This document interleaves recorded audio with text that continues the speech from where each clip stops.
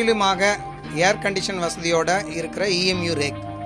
இந்த ரேக்கில் வந்து 12 கோச்சுங்க இருக்குது.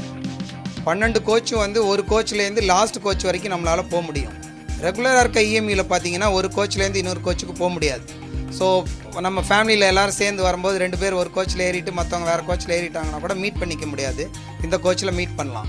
அது மாத்திரம் இல்லாமல் இதில் வந்து 50% பவரிங்னு பேர். 12 கோச்சில் வந்து 6 கோச் வந்து motor coach. So 6 motor coach இருக்கிறதுனால உங்களுக்கு வந்து ஆக்சலரேஷன் வந்து அதிகமாக கிடைக்கும். இதில் வந்து ஸ்பீடு வந்து ஆக்சலரேஷனாக குயிக்காக ஒரு இடத்துல நிற்கிது, உடனே பிளாட்ஃபார்மை கிராஸ் பண்ணிவிடும், குயிக்காக கிராஸ் பண்ணிவிடும். அதே சமயத்தில் வந்து இது ஒவ்வொரு ஸ்டேஷனில் நின்றுட்டு கிளம்பும்போது அந்த ஸ்டார்டிங் டைம் வந்து குயிக்காக இருக்கும். ஸோ இதில் இன்னொரு வசதி என்ன இருக்குன்னா, இதில் பேசஞ்சருக்கான சேஃப்டி ஃபீச்சர்ஸ் வந்து எல்லா இடத்துலையும் கேமரா வச்சுருக்காங்க. அதுலேருந்து வந்து நமக்கு எதுவும் அசம்பாவிதங்கள் நடந்ததுன்னா டிரைவருக்கு தெரியும். இங்கே வந்து டிஸ்பிளேயில் டிரைவர் கேப்லேருந்து பார்க்க முடியும், டிரைவரோ கார்டோ பார்க்க முடியும். அது மாத்திரம் இல்லாமல் ஒவ்வொரு கோச்சிலையும் வந்து 4 பேசஞ்சர் டாக் பேக் யூனிட்னு இருக்குது.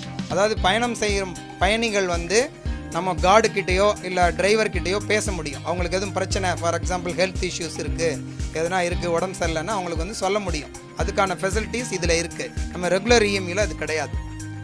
அது மாத்திரம் இல்லாமல் இது வந்து நார்மலாக இருக்கிற இஎம்யூவில் பார்த்தீங்கன்னா டோரெல்லாம் வந்து மேனுவல் டோரு.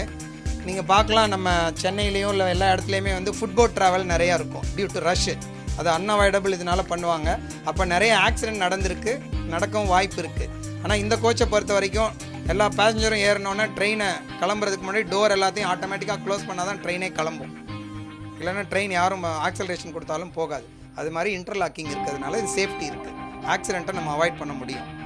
ஒன்று. அது மாத்திரம் இல்லாமல் இதில் வந்து பேசஞ்சருக்கான இன்ஃபர்மேஷனை நம்ம கொடுக்க முடியும். நெக்ஸ்ட் ஸ்டேஷன் எது வரப்போகுது, எங்கே நிற்க போகுது, நடுவில் எதனா நின்றுச்சுன்னா கூட எதனால் நிற்கிது அப்படின்ற இன்ஃபர்மேஷனை கோச்சில் இருக்க எல்லா பயணிகளுக்கும் வந்து டிரைவராலேயோ கார்டாலேயோ சொல்ல முடியும். அதே சமயத்தில் இதில் என்ன இருக்குன்னா, ஒவ்வொரு கோச்லேயும் வந்து சத்தம் அதிகமாக இருக்குன்னா அந்த கோச்சுக்கு தகுந்த மாதிரி அந்த ஸ்பீக்கர் வந்து வால்யூமை இன்க்ரீஸ் பண்ணிக்கும். அந்த நாய்ஸ் மெஷர்மெண்ட்னு ஒவ்வொரு கோச்சிலையும் இருக்குது. அதுக்கு தகுந்த மாதிரி அது இன்க்ரீஸ் பண்ணி கொடுக்கும்.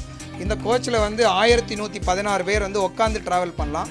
மற்றபடி நின்றுட்டு ட்ராவல் பண்ணுறதையும் சேர்த்தோன்னா மோர் தென் 4096 பேசஞ்சர்ஸ் வந்து இதில் போக முடியும். நம்ம இஎம்யூ சபர்பனில் இப்போது நிறைய பேர் ஃபுட்போர்ட்டில் வெளியே தொங்கிட்டு போகிறத பார்க்குறோம். ஆனால் இந்த பெட்டியில் கதவுகள் மூடப்பட்ட பிறகு வண்டி கிளம்புறதுனால அது அவாய்ட் பண்ணப்படும். அது பிறகு இது வந்து ஃபுல்லி ஆன்போர்டு அண்டர்ஸ்லங் கோச். அதாவது ஆன்போர்டில் எந்த எக்யூப்மெண்ட்டும் கிடையாது. எல்லா மின்சார உபகரணங்கள் மீதி எக்யூப்மெண்ட்ஸ் எல்லாமே ரயில் பெட்டிக்கு அண்டர் ஃப்ரேமில் இருக்குது, அடிப்பகுதியில் இருக்கிறதுனால ஆன்போர்டில் எந்த எக்யூப்மெண்ட்டும் கிடையாது. இதனால் இந்த கேங்வே ஃபெசிலிட்டி இருக்குது, ஒயிட் ஸ்ப்ரெட் கேங்வேன்னு சொல்லுவோம். அதனால் 12 பெட்டிகள்லேயும் முதல் பெட்டியிலிருந்து 12 பெட்டி வரைக்கும் ஒருத்தர் போக முடியும். இந்த வியூவை நீங்கள் பார்க்கலாம். த்ரூ ஃபேர்னு சொல்லுவோம். முதல் கோச்சிலேருந்து 12வது கோச் வரைக்கும் எல்லாரும் இதில் நடந்து போக முடியும். இது குளிர்சாதனப்பட்ட பெட்டியாக இருந்தாலும் இதில் ஃபேன்ஸு போட்டிருக்கும். நார்மலாக ஏசி கோச்சில் ஃபேன்ஸ் இருக்காது. இந்த கோச்சில் ஃபேன்ஸ் இருக்குது. அது பிறகு கேமராஸ் இருக்குது. இந்த கேமரா ஜிபிஎஸ் பேஸ்டு ஃபெசிலிட்டியோட தொடர்பு படுத்தி இதை உபயோகப்படுத்தலாம். இந்த கேமராக்கள் எப்போவுமே வந்து ஒரு குற்றம் நடந்தால் அது எந்த சூழ்நிலை நடந்தது, யார் நடத்தினாங்க என்றதை ரிட்ரீவ் பண்ணுறதுக்காக இது உபயோகப்படுத்துது. இது ஜிபிஎஸ் ஃபெசிலிட்டி இருக்கிறதுனால நம்ம ரிட்ரீவ் பண்ணும்போது எந்த நேரத்தில் இந்த வண்டி எந்த இடத்துல இருந்தது அப்படின்ற தகவல் உட்பட இதில் ரிட்ரீவ் பண்ண முடியும்.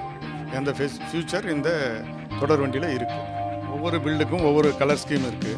எல்ஹெச்பி கோச் ரேக்ஸுக்கு ஒரு கலர் ஸ்கீமு, நார்மல் இஎம்யூ கோச்சுக்கு ஒரு கலர் ஸ்கீம், வந்தே பாரத்துக்கு ஒரு கலர் ஸ்கீம் இருக்குது. அதே மாதிரி இந்த அண்டர்ஸ்லங் இஎம்யூக்கு ஒரு கலர் ஸ்கீமு அது டிசைட் பண்ணி அப்ரூவ் வாங்கி அந்த மாதிரி கலர் ஸ்கீமை நாங்கள் யூஸ் பண்ணிகிட்டு இருக்கோம்.